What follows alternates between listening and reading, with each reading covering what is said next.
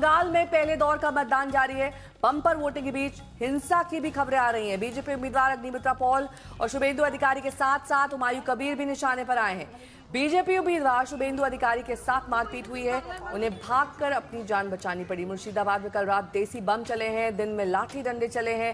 हुमायूं कबीर के काफिले पर हमला हुआ है तो वहीं उनकी गाड़ी भी तोड़ दी गई है।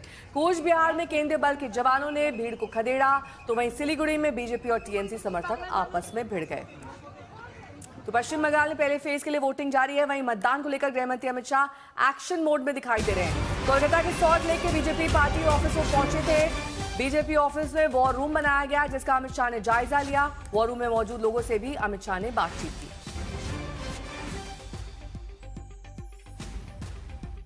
बीजेपी ऑफिस के वॉर रूम में गृह मंत्री काफी देर तक मौजूद थे। पूरी तरीके से मोर्चा अब वो अगले दौर का मतदान का संभाल चुके हैं। पहले दौर का मतदान आज अभी चल रहा है, लेकिन वॉर रूम में मौजूद लोगों से अमित शाह ने आगे की स्ट्रैटेजी पर बातचीत की।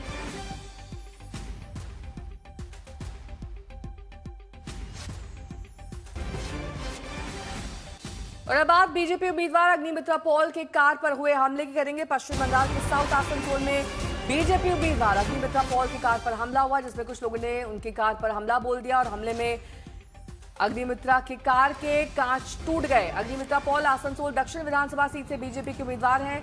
बताया जा रहा है कि अग्निमित्रा पॉल की कार पर ईंटें और पत्थर फेंके गए, जिससे उनकी कार की खिड़कियां टूट गई।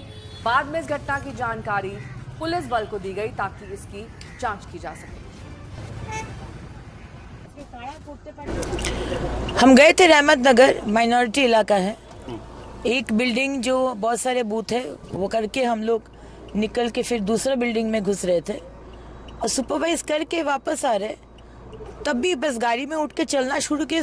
पीछे से बड़ा एक पत्थर आके पूरा कांच को फोड़ दिया। क्या लगता है इसके पीछे कौन हो सकता है? अब माइनॉरिटी इलाका में अग्निमित्र पॉल घुसेगा, बीजेपी घुसेगा तो किसका प्रॉब्लम होगा? आप सोच लीजिए किसका प्रॉब्लम होगा। इसमें कोई घायल हुआ है क्या?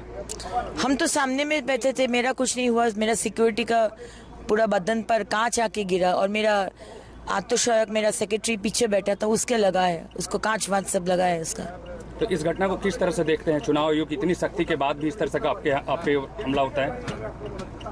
अब चुनाव आयोग इसका विषय देखेंगे, हम क्या बोलेंगे। आपने थाना पे आया और थाना पे हीरापुर थाना में आके बड़ा बाबू को बोले हैं। अब बड़ा बाबू उधर गए हैं फोर्स लेकर, क्योंकि ऐसा तो नहीं चल सकता है। रहमत नगर तो पश्चिम बंगाल के बाहर तो नहीं है, रहमत नगर तो बंगाल के अंदर ही है, तो इसको तो स्टेप लेना चाहिए। अब क्या करेंगे देखिए। आसनसोल दक्षिण विधानसभा की जो प्रार्थी हैं अग्निमित्रा पाल, आज चुनाव के पहले दिन इलाके में घूम रही थी। तभी जो बताया जा रहा है कि रहमत नगर बोलकर जो बनपुर में इलाका है वहीं पर इनकी गाड़ी पर हमला हुआ। आप देख सकते हैं कि इस गाड़ी के पीछे किस तरह कांच पर कोई पत्थर मारता है, जिससे पूरा कांच टूट जाता है और उनके जो सिक्योरिटी बैठे थे उनके सिक्योरिटी को चोट भी लग जाती है। जो बताया जाता है, अग्निमित्रा पाल ने बताया कि जो कांच गिरने से उनके जो सिक्योरिटी थे वो घायल हुए हैं और इस घटना को लेकर उन्होंने हीरापुर थाना में लिखित शिकायत दिया है और अब देखना है कि चुनाव आयोग इसको लेकर क्या कदम लेती है। आसनसोल से अनिल गिरी, आज तक।